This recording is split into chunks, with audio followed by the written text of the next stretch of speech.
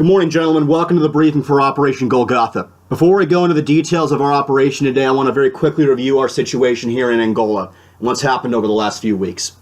As you may know, our last 3 operations here have been red letter days for us, every single one of them. And our last mission, Operation Groanyard, the dictator threw a massive alpha strike at our air base. Thanks to some help from Commander Rohan, Silent Bob, we were able to take down the entire alpha strike. Our previous missions, we also inflicted heavy losses on the Angolan Air Force. As a result, we believe the dictator has lost 2/3 of his operational combat aircraft, and his replacements haven't arrived yet. This is excellent news for us. We have a much better chance of keeping and maintaining air superiority here. Therefore, we've decided to make a much more aggressive series of operations in the next 24 hours. That's what Operation Golgotha is going to be. We're going to be focusing on a series of targets. Number 1, we're going to be focusing on taking down the military targets. That means the Bulgarians and other Angolan frontline troops, as well as the forward operating bases and other areas supporting them. But we're also going for some more aggressive targets deeper in Angolan territory. We're going after major infrastructure targets. This operation, Operation Golgotha, will be a 24-hour surge operation. Our maintainers, our ammo guys, our pilots, everything we've got is going to be on deck, working as hard as they can to get this mission complete. Now, there are 2 complicating factors in this operation today.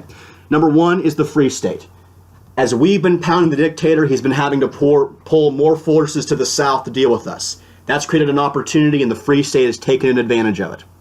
They've bought a lot more aircraft, and they've got more mercenaries working for them. They've had a recent arrival of a group of 12 Colombian Kafir fighters. As you know, this is a modification of the Mirage 5. It's a very capable aircraft in both air-to-air and air-to-ground combat. However, there's some good news. Our friend Jack Abramoff has managed to contact 4 of the pilots, and through some bribery and through some coercion, those 4 pilots are going to defect to us. Now, they're going to go up with a strike package that the Free State is planning. It's going to be departing from either Malunga Air Force Base or Seremo Air Force Base. As soon as it takes off, it's going to break off from the Free State formation and head for our border as fast as we can. Now, we're going to have a variety of things there welcoming them. We're going to have aircraft to provide close air support, We're going to have aircraft there to provide a cap to protect them from any Free State aircraft. We're also going to have tanker support to make sure they have enough gas to land. Let's be clear about this, gentlemen. As we know, the Free State has been buying up more and more air assets. So we'll have to deal with the other Kafirs. We're also going to have to deal with the Shinsei Mitsubishi Group, who's going to have F-2As, KF-16s, and their wedge-tail AEW and C aircraft gunning for those Kafirs as soon as they make a break for our lines. The next complicating factor is even more dangerous, gentlemen. This is the SA-11 surface-to-air missile system. NATO codename Gadfly. The Russian name Buk M-1. Those of you who are reading the news, you might remember this is the bird that shot down Malaysian Airlines 17 in Ukraine a few years back. This is an extraordinarily dangerous piece of kit, gentlemen. It's mobile. It's got a 25 nautical mile range on its missile. It's got a conical radar that's much harder for us to spot. And if that bird gets near you, it's got a proximity-fused fragmentation warhead that will shred you and your aircraft to tiny little bits. Right now, our current intel suggests that these vehicles are going to be moving up and down the major highways in the area. 30 minutes on the road, 30 minutes off. They're not going to be radiating their radars unless they're preparing to shoot. They're going to be focusing on using the dictator's other air and ground-based radars to spot targets. So, you will not likely see radar signatures from these things until they're ready to fire on you. Now, today Operation Golgotha is going to be divided into 2 sub-operations. Number 1, Operation Dismas. Number 2, Operation Gestas. Dismas is our escort group. This group consists of 2 Gripens armed with a maximum Meteor air-to-air loadout. We've also got the AMX Ghibli's, the A-11s, they've got JDAMs, as well as the VC-10. They're going to be based at Kasamba Air Force Base. Our other group, Gestas, is our strike operation. They're based at our home airfield in Lubango. This is the remainder of our air forces. Now, there are some flight restrictions and ROEs I want you to consider. Number 1, we know the SA-11 batteries in the area are operating in groups of 3. So if you hear any reports from the Gorgon Eye or from any other aircraft that a group of 3 unidentified ground vehicles has been spotted, consider that until we get further information to be those SA-11s. Now, those aircraft, beg your pardon, those SAMs, as I said, have a 25 nautical mile range. So stay at least 30 nautical miles away from those ground contacts. Also, AAA. AAA is only able to hit targets up to about 12,000 feet. So, If you are conducting ground attack missions, stay above that ceiling. The hard deck for this operation is 12,000 feet. The air-to-air Gripens are going to be focusing on staying on our side of the border. They're welcome to engage targets north, but they are not allowed to cross into the area until we get word those Kafirs are going.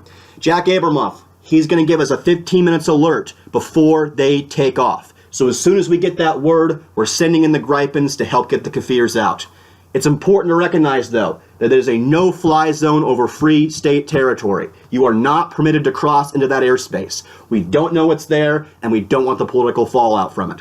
That means that all strike aircraft should also be worried about this. Our limit for the strike aircraft is 11 degrees, 30 minutes south. That's basically, for those of you looking for ground references, the east-west highway. Most of our targets are going to be concentrated south of that highway, so there's no need to cross about it further. However, there is one exception we'll get into later. Now, the MCON rules. The only aircraft that should be radiating is our S-100. Now, once the Gripens start to actively escort the Kafirs, those MCON rules are scratched, and Gripen pilots in that group, you're free to turn your radars on. But we do not want to be radiating unless we absolutely have to. Now, here are the details for Operation Dismas. Longinius Flight, the AMXs, they're going to be focusing on 2 radar sites, the flat faces at Luena Airport. Your mission is to hit those with JDAMs. Once you RTB, you're going to rearm and hit the FOB north of Luena. And that's probably going to happen only after nightfall.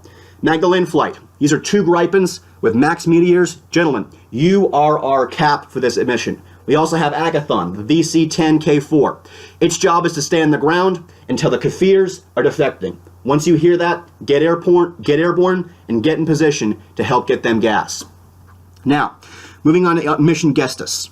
This is a long, detailed operation, gentlemen, so please pay attention. You have several different objectives. You're focusing on infrastructure, military targets, and SEAD work. You're going to be conducting these operations over the course of the next 24 hours. We're focusing on a variety of different targets here. Number 1, the search radar sites. Number 2, the remaining Bulgarian armor and SPAA, as well as the SA-11 batteries. We're also going to try to destroy as many nearby airfields as possible to give ourselves some more breathing room for this operation. Our S-100, our call sign Demi-Fiend, and our KC-135, Daisoju, will be flying racetracks on our side of the border. We have 2 drones, the Sperver and the Gorgon Eye-equipped Reaper. Call signs Harlot 1 and Harlot 2. They're going to be flying recon north of our airbase, spotting the Bulgarian forces on the ground. The Prowler will be operating under call sign Matador. It's going to stay in the area, providing jamming support for our incoming strikers. Here's the actual strike package, gentlemen. Our cap is going to consist of 2 Gripens, call sign Pale Death 1 and 2, each carrying maximum meteors. Your job is to stay on our side of the border, providing close air support. As I said earlier, once the Kafirs detect, you are free to head north to help them as needed. Our last 2 group of Gripens, Hellrider, you're equipping the small diameter bombs. Your mission is to stay out of the engagement range of the SA-11s. Once they're spotted, pickle those SDBs and take them out. RTB and get back up in the air as quickly as possible until we've got all of those air defenses cleared out. Once the SA-11s are cleared, you're free to engage other targets of opportunity. The German Tornado IDS, your call sign is White Rider. You're carrying cruise missiles. Your first target is Karyango radar station. Once that's done, you're going to re-up and equip the Taurus anti-runway missiles and hit Luena Airport runway. The Saudi Tornadoes, your call sign is Red War. You're carrying a load of the Alarm anti-radar missiles. Your mission is to go after any radars you spot, as well as any AAA or SAM units in the area. Once that's done, you're going to RTB, rearm with Storm Shadows, and go after Benguela and any other airport runways you can spot. By midnight, gentlemen, you need to be on the ground, reorganizing, and preparing for our next set of strikes. The Phantoms, your call sign is Black Rider. You have 2 missions. Anti-aircraft destruction and armor targeting duty. You're equipping the 2,000-pound GBU-24 paveway weapons. Your job is to follow in the Red War Tornadoes. Once they've done their SEAD sweep and cleared out anything that can attack you, your job is to move in. You're going after any SPAA elements you spot. If you see Tunguskas, if you see towed anti-aircraft artillery, take it out. You need to clear the way for the remainder of our light strikers. Once the AAA is cleared out, go after heavier armored targets like tanks and AFVs. The final group is Trumpeter. This is our Hawks, our Mavericks, and our Su-25Ts. These are going to be carrying Mavericks on the Hawk, as well as the KAB 1,500 kilogram laser guided bombs on the Su-25T. We're also bringing in our new aircraft, the Mirages, with the AS-30L standoff laser-guided missiles, as well as our good old friends, the Dragon Slayers, the SK-60 Bravos. Gentlemen, you're carrying rockets. Your job is to do mop-up duty. If you see any Bulgarian forces or any Angolan land forces on the front line, take them out. White Rider and Red War, your job is to get back on the ground by midnight. Once you're on the ground, our ammo guys are going to rearm you with cruise missiles. You're going to move into another group. This group is to go after the Angolan Army high-level HQ in Luanda. You've heard it called the Defense Ministry HQ, the Angolan Army HQ. But the point of this is, gentlemen, is we're going after the dictator's command and control network.